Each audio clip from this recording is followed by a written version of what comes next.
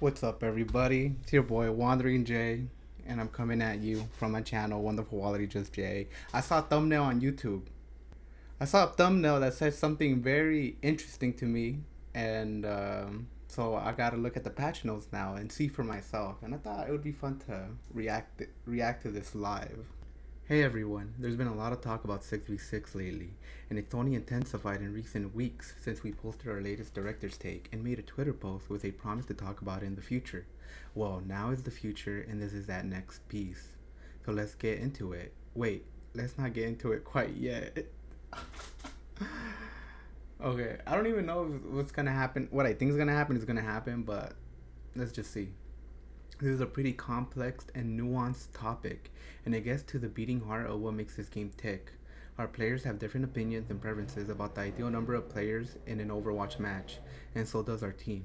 We're a microcosm of the broader community and discuss this internally. I'm hoping that this piece will serve as an introduction to our own discussion and a jumping off point to engage with all of you. I'd also like to set a few expectation and ground rules. First, it's pretty long. Creators are going to lose their voice reading this one out loud. If you like a too long didn't read, the what's next section should suffice. Secondly, I'm not here to tell you what you ought to like or even what's empirically better. This is a game and your preference for fun is relative to your own taste, ability, and experience.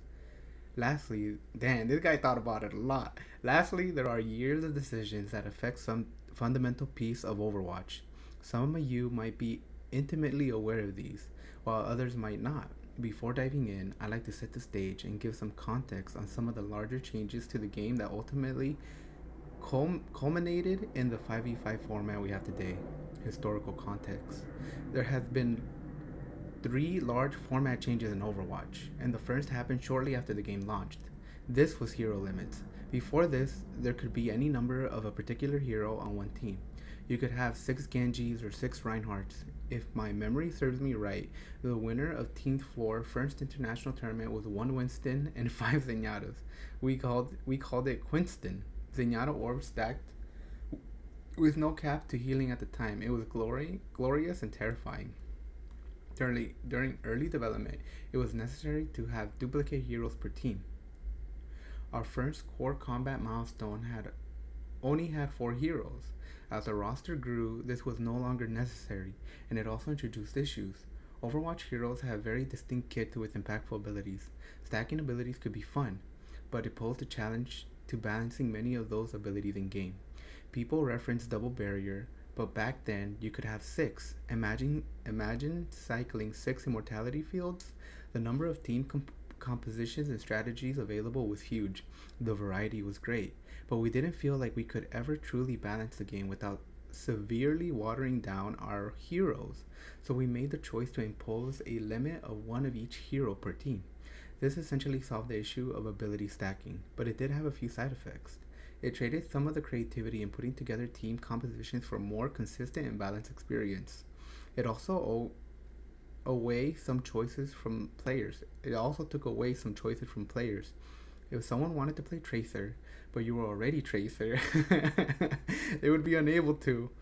A theme of this and future decisions was limiting match variety well as player freedom and creativity in order to create a more balanced, consistent, and competitive experience for players.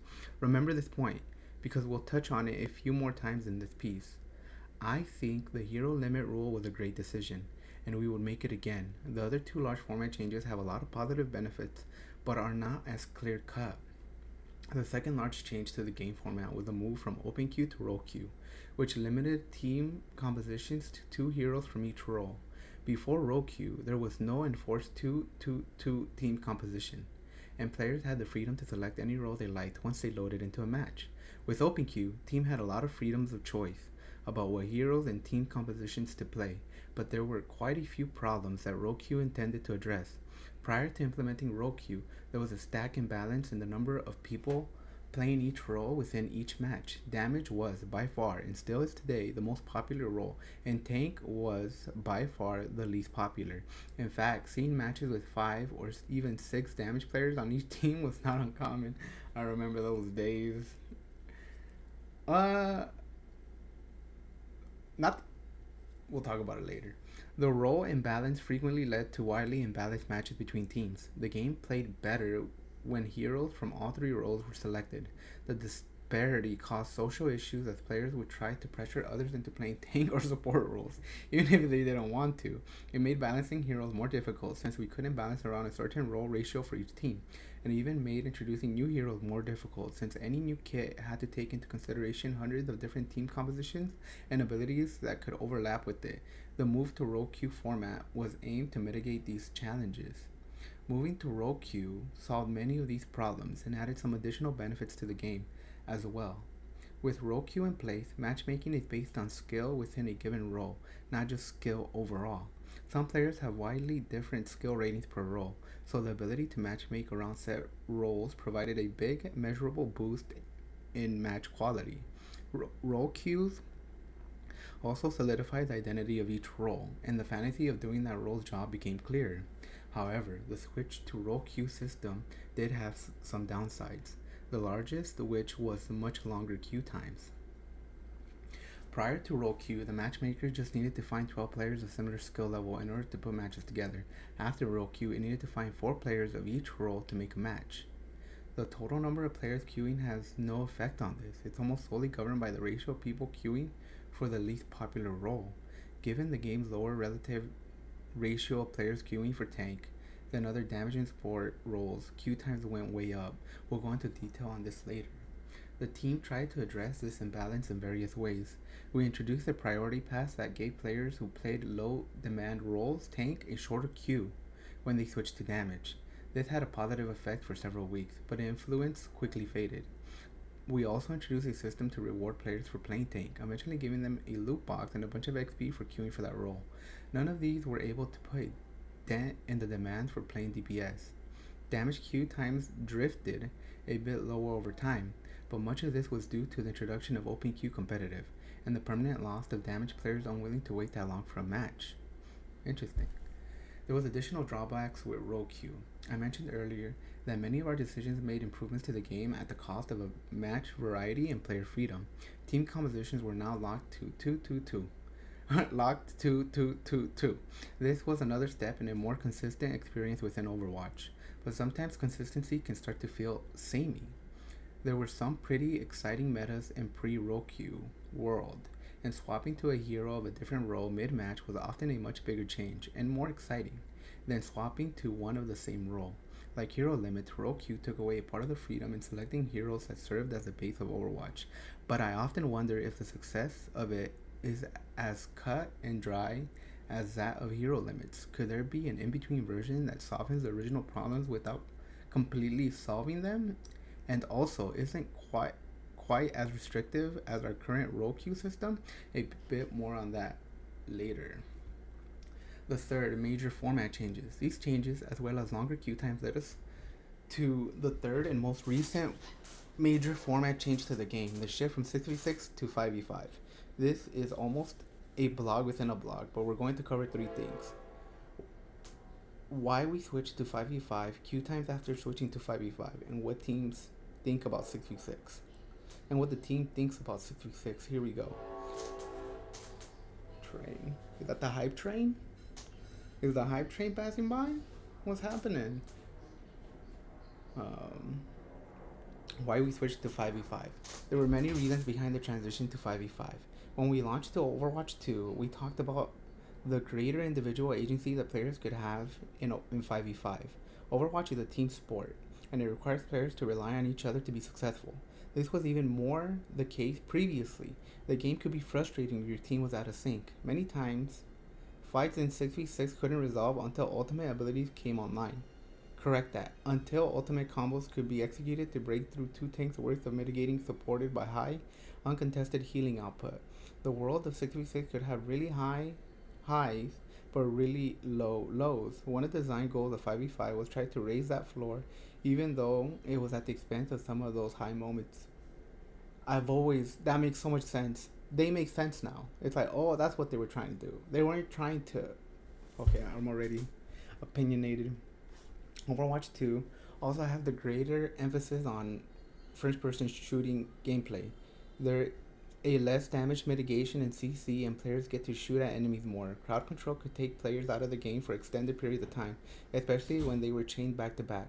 A 5-second Sombra hack, May Freeze on her primary fire, Brig Bash, Anna Sleep, Orisa Hall, and Sigma Rock could all happen consecutively to one player. Typically, a tank could often survive this onslaught, at least in game. The real life mental health was another story.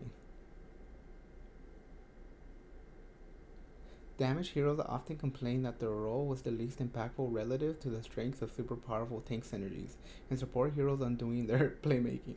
The emphasis on ability cooldown management, all tracking, shooting barriers instead of players, and not big enough timing windows to just shoot enemies and get eliminations were all factors to contributed to this feeling. Support heroes also had to focus almost exclusively on healing since there were bigger team health pools and more incoming damage on the field with the additional tank player. In 5v5, they have more agency to add some damage or duel other heroes. Tank synergies Tank synergy wasn't always fun. It slowed the game down and stabilized it, but sometimes it absolutely ground it to a halt. People point to the double shield meta as an example of this. It wasn't just about double shield though. The abilities to stack a very defensive heavy lineup, especially in game modes that required a team to push through a small choke, caused a lot of matches to feel like there was no progress at all. The game is faster now, and it doesn't typically stall out. It feels like there is more room to move around the map without the need to earn every inch of it. The 5v5 fights are often less focused on moving around in a death ball formation, and there is more room to take angles, flank, and duel other players, which brings in more of that first-person shooter gameplay. While 6v6 can have high moments, it's also hard to follow. Tracking 9 other players is easier than 11. There are fewer visual effects on screen, especially during a big team fight. Overwatch is a pretty demanding game, and moving 5v5 made it a bit more cognitively manageable. Lastly, one of the biggest benefits of 5v5 was dramatically reduced queue times. Let's explore that.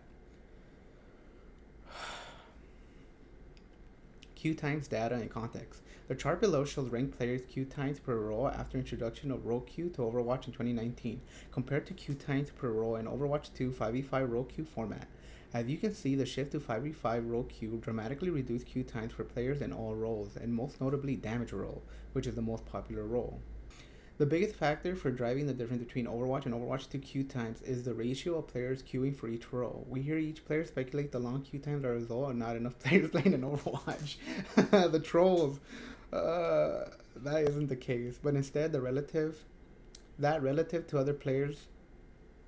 other roles, players generally queue tank less, leading to longer queue times for all while we wait for tank to free up to find a proper match. Makes sense. So in practice, the actual ratio of players queuing for tank damage support is much closer to the current 1-2-2 format than the previous 2-2-2 format. That's the best reason to stay in 5v5 then. As a result, the 5v5 role queue format better mirrors actual players' interest in each role, and making the switch result in shorter queue times. The sharp drop-off in queue times in October 2022 is when Overwatch 2, along with 5v5, shipped. The queue times of all heroes dropped and are now much shorter than they were in 6v6 world. This is almost all because the game required one less tank in the match. If you look at the current queue times, you can see that there's still a lack of tanks compared to the other roles. Just flipping the switch and returning to 6v6 would likely cause a return to previous queue times or worse. Regardless of the amount of players in game, queue times are always reflective of how many players are queued per role. In other words, the main driver of increased queue times is the ratio of players queued in each role. Since there are less players queuing as tank, queues would likely go back to the way they were before.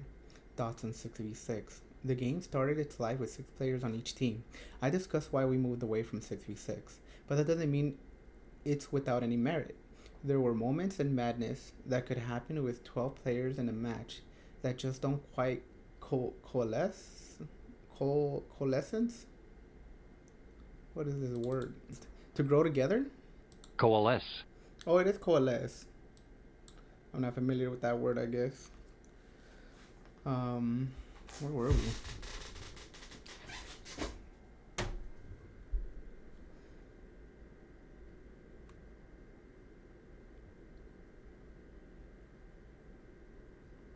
Oh, whoa. Coalesce when there are 10. It was almost too much to keep track of. Correction, it was too much to keep track of at all times, but that was the part of the charm. but that was part of the charm. There are big moments in Overwatch 2, but they don't quite have the same chaotic, over the top feeling to them. Part of that chaos allowed players to feel less pressure in a match. There was an extra player to take up a bit of the slack for someone that was performing poorly, and since that player was a tank, they had quite a bit of impact. There were a lot more hit points and defensive abilities to burn through, which had a stabilizing effect on gameplay. Teams would fold a bit slower than they do now. We went over some of the issues that tanks injuries earlier by having two of them allowed one to focus on protecting their backline while the other held ground and pushed into the enemy team. The tank role had a lot of depth in understanding how to work with the other tank on the team. This part of the mastery curve took a long time to learn, and for a small group of people devoted to it, that was part of its allure. Straight up. Yes, it feels so good to always get a little bit better, and you can never master the game because it's so hard. Um, Shout out to gold players. I'm a gold player. We mentioned the difficulty in balancing tanks for 6v6 earlier, but the past year and a half has shown us that there are issues with balancing tanks for 5v5 as well. For much of Overwatch 2, tanks have been fairly balanced, but when one of them becomes a powerful outlier like Maga, that can be felt strongly in the world of one tank. What's next? Okay, that was a lot of setup. I think I put more effort into this than any essay I wrote in college. So where do we go from here? At the end of the day, we want to make the game that players want to play. Because of the challenges mentioned previously, we're focusing on making 5v5 the best experience that it can be. However, because we operate as a service to our players, we always remain open-minded to re-evaluating our decisions based on your actions and feedback to give you the best game experience we can. Rather than introduce a disruptive, permanent change to the game, we prefer to explore the space further and make changes based on exploration. With that said, we're looking at running a series of events to try out different core team composition formats in Overwatch 2. The community has just once or twice suggested a test. Why not put various forms of 6v6 in the game in order to gauge the results? We agree, and based on your feedback, we're exploring how we can test different forms of 6v6 in game to gauge the results. It is taking some time, however, for reasons that may not be readily apparent. The first and honestly largest reason is the need to do this in a way that allows the game to have optimized technical performance. I'm referring to frame rate and memory constraints. With 12 players in a match, there have been quite a few upgrades in addition to Overwatch 2 that have an impact on the performance of the game. These range from new features like allied outlines and enabling healer vision by default, the addition of more technically demanding hero kits, as well as visual upgrades to UI, heroes, and maps. In a 6v6 setting, these upgrades can have a significant impact for our players, causing the game to underperform on older systems. Overwatch is a fast-paced game, and maintaining a game that runs smoothly across all platforms is important for the player's experience. While a limited time test could arrive sooner, the team is still investigating exactly how long it would take to permanently increase performance across the game. This would be a large effort that would most likely take at least several seasons to accomplish. Another issue is one that still gives me anxiety about opening the Pandora's box is what to do with queue time if enough players prefer 6v6 to keep some form of it around. The team was not able to solve the issue previously. While we have some ideas now, there are no guarantees that they will work. Is there a world where people are willing to live with long queue times to play this format? Maybe, but that's a pretty risky move. We also have tens of millions of new players that have only played 5v5. We want to be openly mindful not to frustrate those who like the game as it is today. The outcome of these tests would give us a lot of valuable information to consider moving forward. We run the test for a few weeks and gauge interest from the community. Then we'll measure the impact it had on the other experiences in Overwatch 2 like 5v5 Arcade. We take the lessons from this playtest to see what we can learn about the mode within the current game ecosystem and for the future of Overwatch. We would reflect carefully on the learnings from whatever test we run and explore how to best give players what's being asked for. Whether that's a world of 5v5, 6v6, or even both, is for the future us to figure out. I'm going to jump on a soapbox for a moment. When you look at the changes to Overwatch since its inception, it's clear that many of those have reduced some of the variety within an Overwatch match. We get feedback from some players that Overwatch can feel the same from game to game. While much of this game gets attributed to 5v5, we feel there is more at play here. Besides running experience experiments with 6v6. We like to run some that re-examine the ways we tried solving previous problems, specifically with the goal of bringing some of the freedom back to Overwatch match without the severity of issues that accompanied it. For instance, we think there could be other ways of putting a team together that aren't quite as high rigid as a set of composition, but not as loose as OpenQ. We'll be running at least one quick play hacked based on this idea in Season 13. There are some gotchas to this direction, but after reading 400 pages of this blog, I hope you're able to see that there are trade-offs to many of the decisions that go into this game, and into any game really. To wrap it up for now, your feedback has driven both our inspiration and commitment to testing new ideas in game. We want to be super thoughtful about how we implement new ideas into the live game because there are millions of players who jump into Overwatch each season, and we want anything we put in game to benefit the community as a whole. Ultimately, the Overwatch team wants to continue building the game that you want to play season after season. This blog, or thesis rather, is just the start of this conversation. This isn't the last time we're going to be getting into 5v5 or 6v6. We can't wait to share more about our plans in the future. In closing, we appreciate you so much. We love seeing your passion and dedication to the game, Team 4, and the Overwatch community. The team hears you, we see you, and we're incredibly thankful to be on this ride with all of you. Can't wait to share more in the upcoming months, and let's make a great game together. Aaron Keller. That was really nice. Why am I clicking on the comments? That was a great blog. Okay, so 6v6, maybe. That thumbnail jibbed me. You know who it is. I'm gonna put that on my thumbnail too. Okay. So they're working on Overwatch, I guess. No, it's like I prefer 6v6. That's my position. But it all makes sense. Everything they're saying makes sense. So we just have to wait and see. Hopefully they are able to come up with some patch that allows for 6v6 and it's playable for people on Switch. I think that's who we're talking about, right? Who else? People have weak computers, maybe.